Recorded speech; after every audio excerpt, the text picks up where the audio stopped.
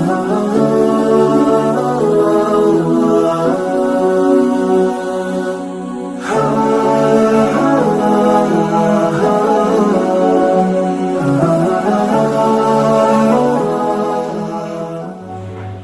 بعد فاعوذ باللہ من الشیطان الرجیم بسم اللہ الرحمن الرحیم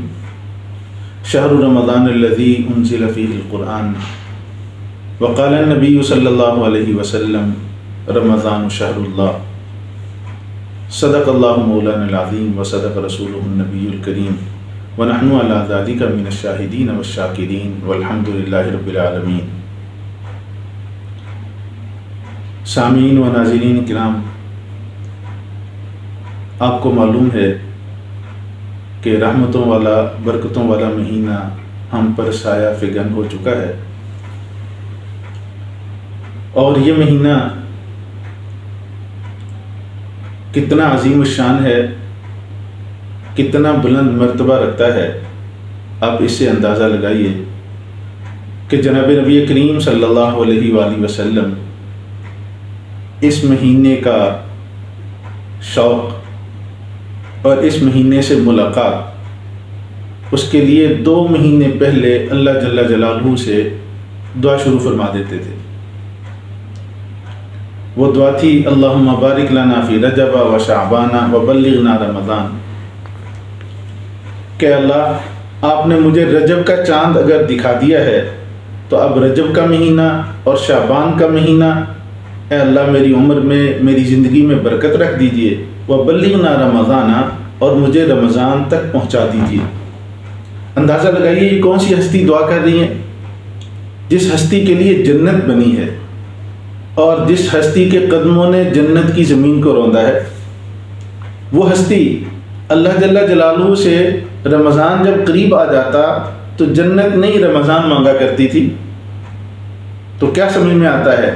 کہ اس 2 جہاں کے سردار کے نزدیک یہ رمضان المبارک گویا کہ جنت سے بڑا اللہ کا انعام اور احسان ہے۔ تو آقا کریم صلی اللہ علیہ وآلہ وسلم رمضان تک پہنچنے کی دعا فرمایا کرتے تھے، اور دوسرا آپ صلی اللہ علیہ وآلہ وسلم نے یہ بھی ارشاد فرمایا رمضان شہر اللہ، رمضان اللہ کا مہینہ ہے۔ تو اس کا کیا مطلب؟ مہینے تو سارے کے سارے اللہ کے ہیں، رجب بھی انہی کا، محرم بھی انہی کا، ربیع الاول بھی انہی کا، تو پھر رمضان اللہ کا مہینہ ہے، اس کا کیا مطلب؟ تو علماء نے لکھا اس کا مطلب وہی ہے جس طرح ساری روئے زمین پر موجود مساجد وہ اللہ کی ہیں، بیت اللہ ہیں، اللہ کے گھر ہیں، لیکن ارض حجاز میں مکہ مکرمہ کے اندر موجود جو بیت اللہ ہے اس کو جو نسبت اللہ جل جلالہ کی ذات کے ساتھ ہے وہ دنیا میں روئے زمین میں موجود دیگر مساجد کو وہ نسبت حاصل نہیں، چاہے وہ مدینہ میں موجود میرے نبی کی مسجد ہی کیوں نہیں۔ اس بیت اللہ پر جو اللہ کریم کی ذاتی تجلیات وارد ہوتی ہیں، روئے زمین پر کسی اور جگہ میں کسی اور مسجد پر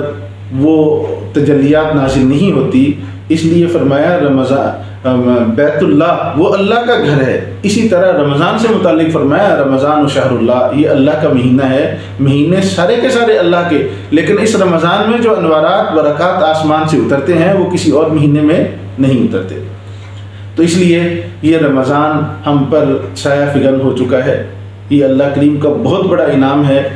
اس میں مختصر سا پیغام دینا چاہوں گا کہ اس کی ہر گھڑی کو سونے کی ڈلی سمجھیں، بلکہ سونے کی ڈلی سے زیادہ قیمتی ہے، اس لیے کہ اس میں ایک سبحان اللہ 70 مرتبہ لکھا جاتا ہے، 70 سے کنورٹ ہو جاتا ہے،